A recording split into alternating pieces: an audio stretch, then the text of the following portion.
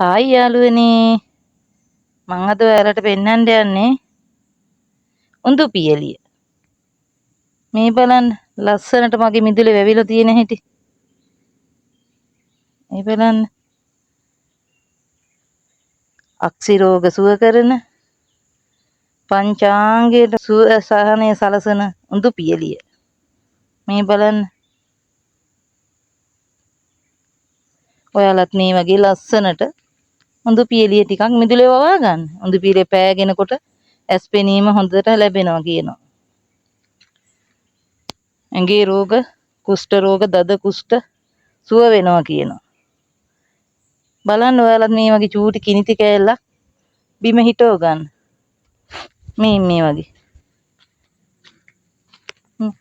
මේ විදිහට පුංචි පැලයක් හිටවුවහම ඒ පැලේ